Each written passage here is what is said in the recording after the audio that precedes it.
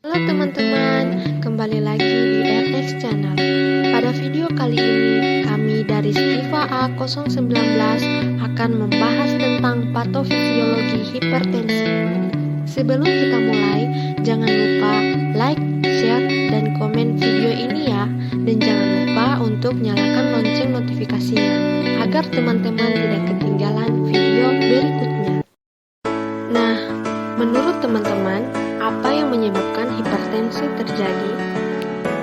Awal mula hipertensi dimulai dari hati yang memproduksi angiotensinogen yang diubah oleh renin menjadi angiotensin 1. Selanjutnya, angiotensin 1 akan bersirkulasi di pembuluh darah sampai akhirnya tiba di paru-paru, lebih tepatnya di kapiler paru, dan bertemu dengan ACE atau angiotensin converting enzyme yang diproduksi oleh endotel kapiler paru. Selanjutnya, angiotensin 2 juga akan berefek pada hipotalamus, memberi efek rasa haus. Selanjutnya, berefek juga ke hipofisis posterior, menstimulasi dihasilkannya ADH. ADH ini akan mereabsorpsi air, sehingga urin menjadi lebih sedikit dan pekat. Akibatnya volume darah bertambah dan tekanan darah pun ikut meningkat.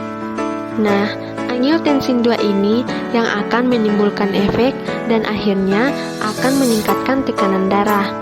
Dia akan menstimulasi peningkatan sekresi hormon aldosteron, yang dimana hormon ini berefek pada tubulus ginjal, dan ini menyebabkan stimulasi ekspresi gen yang menghasilkan sebuah protein channel, di mana protein channel ini merupakan protein natrium dan kalium. Natrium yang ada di lumen tubulus akan banyak direabsorpsi karena channel-channel tubulus semakin banyak. Semakin reabsorpsi, natrium menjadi tinggi dan ditukar dengan kalium. Kemudian, natrium masuk dari sel tubulus ke pembuluh darah. Ketika natrium direabsorpsi, ia juga mengikat air, sehingga volume darah bertambah. Dan ketika volume bertambah, tekanan darah ikut meningkat. Nah, adapun faktor penyebab hipertensi lainnya yaitu yang pertama faktor genetik. Adanya faktor genetik pada keluarga tertentu akan menyebabkan keluarga itu mempunyai risiko menderita hipertensi. Yang kedua, umur. Peningkatan umur akan menyebabkan beberapa perubahan fisiologis. Pada usia lanjut terjadi peningkatan resistensi perifer dan aktivitas simpatik. Pengaturan tekanan darah yaitu baroreseptor pada usia lanjut berkurang sensitivitasnya. Peran ginjal juga berkurang di mana aliran darah ginjal dan laju filtrasi glomerulus menurun, sehingga ginjal akan menahan garam dan air di dalam tubuh. Yang ketiga, jenis kelamin. Laki-laki mempunyai risiko lebih tinggi untuk menderita hipertensi pada usia muda. Yang keempat, ras. Hipertensi lebih banyak terjadi pada orang berkulit hitam daripada putih. Sampai saat ini, belum diketahui apa penyebabnya. Yang kelima, obesitas. Peningkatan konsumsi energi juga meningkatkan insulin plasma, di mana natriuretik potensial menyebabkan terjadinya reabsorpsi natrium dan peningkatan tekanan darah secara terus-menerus. Keenam, nutrisi. Hipertensi hampir tidak pernah ditemukan pada suku bangsa dengan asupan garam yang minimal. Yang ketujuh yaitu kebiasaan merokok.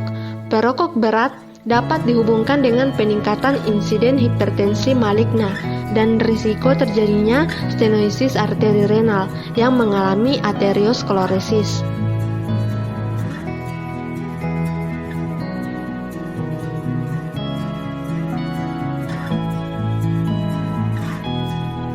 Berdasarkan penyebabnya, hipertensi dibagi menjadi dua golongan, yaitu hipertensi primer yang tidak mengetahui sebabnya atau idiopatik, dan hipertensi sekunder yaitu hipertensi yang disebabkan oleh penyakit lain.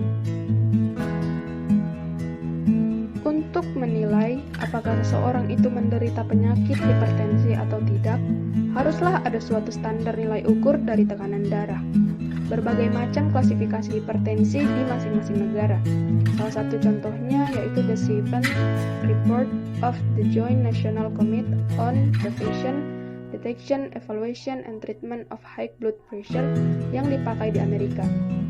Dia mengelompokkan menjadi 4 bagian. Yang pertama, kelompok normal, di mana sistoliknya berada pada kisaran di bawah 120 dan diastoliknya di bawah 80. Yang kedua, kelompok prahipertensi, di mana nilai sistoliknya menunjukkan angka 120 sampai 139 atau diastoliknya 80 sampai 89. Selanjutnya, kelompok hipertensi stadium 1 menunjukkan sistolik pada kisaran angka 140 sampai 159 atau diastolik 90 sampai 99.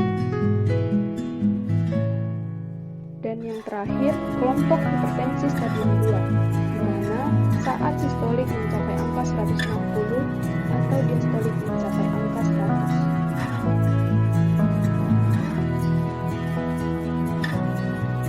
Pasien dengan hipertensi sekunder mungkin mengeluhkan gejala sugestif dari gangguan yang mendasar ini, tetapi beberapa tidak menunjukkan gejala. Pasien dengan pheochromocytoma mungkin memiliki riwayat seperti sakit kepala, berkeringat, takikardia, atau palpitasi.